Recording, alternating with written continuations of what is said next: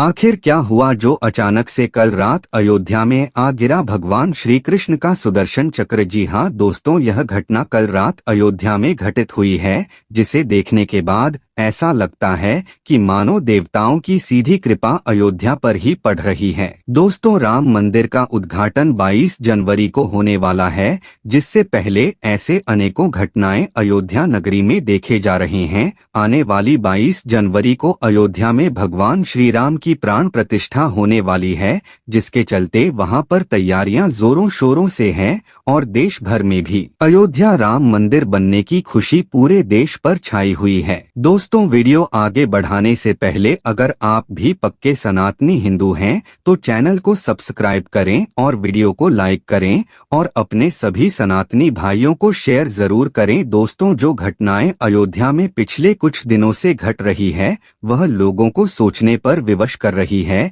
कि आखिर ऐसा क्यों हो रहा है, जिसमें सर्वप्रथम गिद्धों के झुंड की वीडियो सोशल मीडिया पर वायरल हुई और गिद्धों के झुंड को अयोध्या में देखा गया। उसके बाद भालू के झुंड को अयोध्या में देखा गया। ऐसे ही बहुत सी घटनाएं अयोध्या में घट रही है, लेकिन अब जो घटना वहां घटी है उसे देखने के बाद ऐसा महसूस होने लगा है जैसे कि भगवान श्री राम साक्षात अयोध्या नगरी में आ रहे हैं। उससे पहले उनके सभी अस्त्र शस्त्र, उनके जितने भी बड़े बड़े भक्त हैं, वह अयोध्या में प्रकट हो रहे हैं। दोस्तों, कल रात सुदर्शन चक्र जब अयोध्या में आकर गिरा तो पल भर के लिए तो ऐसा लगा जानो पूरी धरती ही कांप उठी है। चारों तरफ प्रकाश ही प्रकाश था और एक बड़ा विस्फोट अयोध्या में हुआ, जिसे देखकर सभी लोग हैरान हो गए। सभी के मन में यह शंका थी कि आखिर हुआ क्या, लेकिन जब उसे गौर से देखा गया, उसके पास जाकर देखा गया तो पता लगा कि वह सुदर्शन चक्र है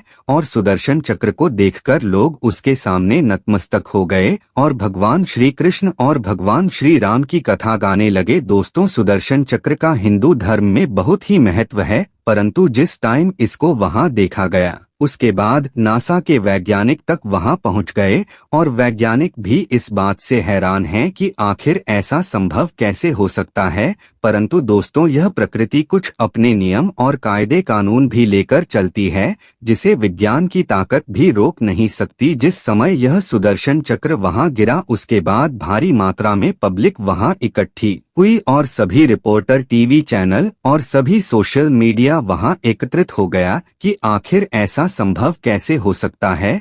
परंतु उस नज़ारे को देखने के बाद सबको भगवान श्री राम पर एक विश्वास हो गया कि श्री राम वाक्य में ही अयोध्या में आ चुके हैं। बस जो समय गुजर रहा है वह 22 जनवरी के लिए गुजर रहा है, क्योंकि 22 जनवरी को भगवान श्री राम की प्राण प्रतिष्ठा होगी और चारों तरफ बहुत ही अच्छा माहौल होगा। दोस्तों, सुदर्शन चक्र के बारे में तो आप जानते ही होंगे, वह चक्र जो भगवान श्री कृष्ण ने धारण किया था। सुदर्शन चक्र की मदद से भगवान श्री कृष्ण ने अनेक असुरों का वध किया था। इस चक्र को विष्णु ने गढ़वाल के श्रीनगर स्थित कमलेश्वर शिवालय से तपस्या करके प्राप्त किया था। सुदर्शन चक्र एक ऐसा अस्त्र है जो अपने लक्ष्य तक पहुंचकर वापस आ जाता है। दोस्तों, सुदर्शन चक्र भगवान विष्णु के पास एक अमोघ अस्त्र था जो उनके कृष्ण अवतार के अंदर भी उनके साथ था। कहा जाता है कि सुदर्शन चक्र की मदद से कृष्ण ने अनेक असुरों का वध कर दिया था। असुरों का वध करने के लिए और देवताओं की रक्षा करने के लिए भगवान विष्णु ने धारण किया था। कहा जाता है कि प्राचीन समय के अंदर जब राक्षसों का अत्याचार देवताओं पर बहुत अधिक बढ़ गया तो सारे देवता भगवान विष्णु के पास पहुँचे और राक्षसों से बचाने का आग्रह करने लगे। तब भगवान विष्णु के पास भी ऐसा कोई अस्त्र नहीं था कि वे राक्षसों का वध कर सकें। इस वजह से भगवान विष्णु कैलाश पर्वत पर जाकर 1000 नामों से शिव की स्तुति करने लगे। उसके बाद वे हर नाम के साथ एक पुष्प शिव को अर्पित करने लगे। उसके बाद भगवान शिव ने विष्णु की परीक्षा लेने के लिए विष्णु के लाए 1000 पोस्ट में से एक पोस्ट को छुपा दिया। भगवान शिव की माया की वजह से विष्णु को पता नहीं चल सका। वे एक पोस्ट को ढूंढने लगे। उसके बाद उन्होंने भगवान शिव को अपना एक नेत्र अर्पित किया। तब भगवान शिव प्रसन्न हुए और विष्णु को वरदान मांगने को कहा। तब विष्णु ने ऐसा अमोघ शस्त्र देने की प्रार्थना की जिसकी मदद से राक्षसों का संहार किया जा सके। फिर भगवान शिव ने सुदर्शन चक्र उनको दिया था। भगवान विष्णु और श्री कृष्ण ने सुदर्शन चक्र से अनेक दुष्टों का वध किया था। कहा जाता है कि भगवान विश्वकर्मा की बेटी का विवाह भगवान सूर्य से हुआ था। सूर्य के अधिक ताप की वजह से वह अपना वैवाहिक जीवन नहीं जी पा रही थी। तब भगवान शिव ने सूर्य का ताप लेकर सुदर्शन चक्र को और पुष्पक विमान को भी बनाया था। भगवान विष्णु को सुदर्शन चक्र प्राप्त होने के संदर्भ में एक अन्य कथा का भी उल्लेख मिलता है। बीट मनु नामक ब्राह्मण रहते थे। उनकी पत्नी का नाम धर्मशीला था। वे सदाचारी महिला थीं। उनके पुत्र का नाम उपमन्यु था। वे लोग इतने गरीब थे कि उनके पास अपने पुत्र को पिलाने के लिए दूध तक नहीं था। वह अपने पुत्र को चावल का धोवन दूध के रूप में पिलाती थी। एक दिन वह अपने माता पिता के साथ किसी भोज पर गया, जहां पर उसने दूध से बनी हुई खीर खाई। तब उसे दूध के स्वाद के बारे में पता चल गया। उसके बाद अगले दिन बालक ने असली दूध की मांग की और चावल के धोवन को पीने से इनकार कर दिया। उसके बाद धर्मशीला ने बताया कि तुम विरूपाक्ष की सेवा करो। उसकी माता ने आगे बताया कि श्री रामा प्राचीन समय के एक महान असुर राजा थे। उसका प्रताप इतना तेज था कि उसने अपनी ताकत से तीनों लोगों को अपने वश में कर लिया और विष्णु की कुर्सी को छीनने का प्रयास करने लगा। इस वजह से विष्णु भगवान भी भयभीत हो गए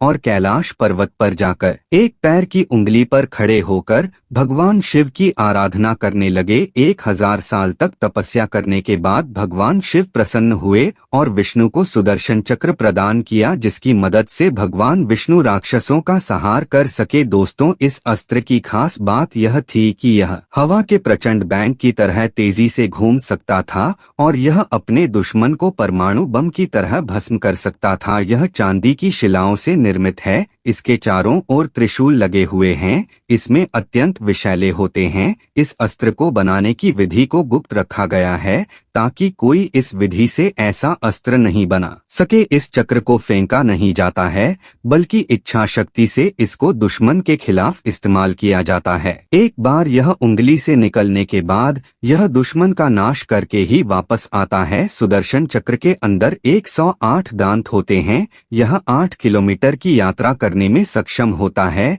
यह दुश्मन का तब तक पीछा करता है जब तक कि वह आत्मसमर्पण नहीं कर देता। आत्मसमर्पण करने के बाद भगवान विष्णु खुद उसे बचाने ने आते हैं। दोस्तों, सुदर्शन चक्र को अयोध्या में देखकर अब यह महसूस होता है कि सच में भगवान राम अयोध्या में आ चुके हैं, क्योंकि उनका अस्त्र, उनका शास्त्र भी उनके पीछे पीछे अयोध्या में आ चुका है। तो आने वाली 22 जनवरी को आप भी अपने परिवार के साथ मिलकर इस राम दिवाली को मनाएं। इसी के साथ धन्यवाद मित्रों। जय श्री राम।